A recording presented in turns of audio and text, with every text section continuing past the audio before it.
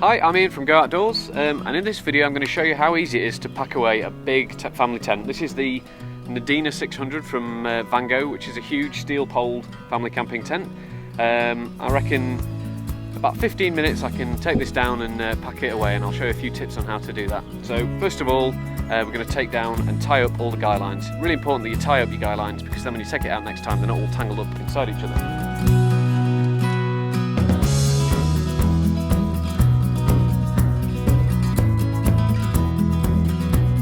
Nadina's got an integral canopy that's built in, so these guy lines here are actually holding the tent up, so I'm going to leave them in.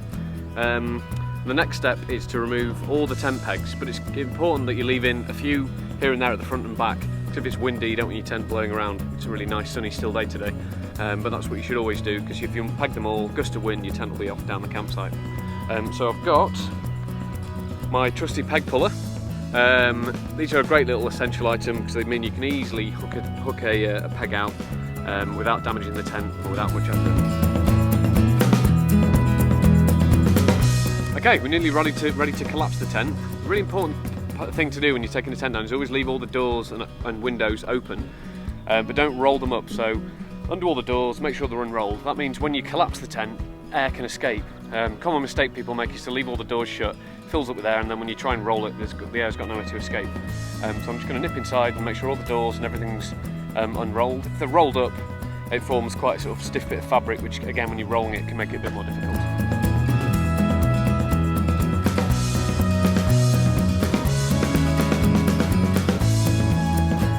When you buy a tent from new, the bedrooms will be separate, but once you've put the bedrooms in and attached them, there's no point in taking them out, so you may as well just leave them in. That means the next time you camp, we're just dead easy and quick to pitch.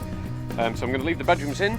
Another really good tip is to collapse, especially with big steel pole tents, is to collapse it from the back moving forward, because as the poles fall down, the poles will force the air out of the tent and be much easier to pack away.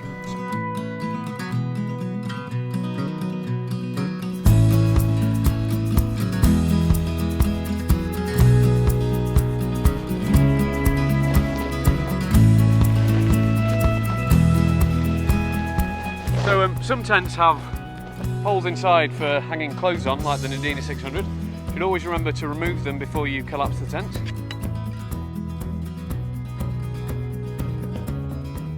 Okay, so that's all the poles out. Now what we've got to do is get it back in the bag, and this is the bit that most people struggle with. Here's my bag. So I'm going to fold it into sections like that and then roll it this way. So the best thing to do is just have a quick look at how wide your bag is, and you want your initial fold to be about the same size. So this is the point where we're going to roll it up. I've squashed some of the air out already, so it's really important to get a really nice tight roll to begin with and try and maintain that all the way, and hopefully it's going to fit in that bag with no problem at all.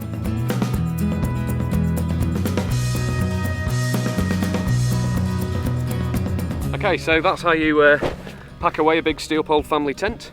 That's taken me about 20 minutes on my own. If you've got your family to help, that'll make it much easier. That was a big steel pole tunnel tent. Same principles apply to all the tunnel tents that we sell, no matter how big. Need to stick the poles back into their pole bag, and I'm good to go. So I hope that's been helpful. Thanks for watching, and have a good summer camping. Cheers.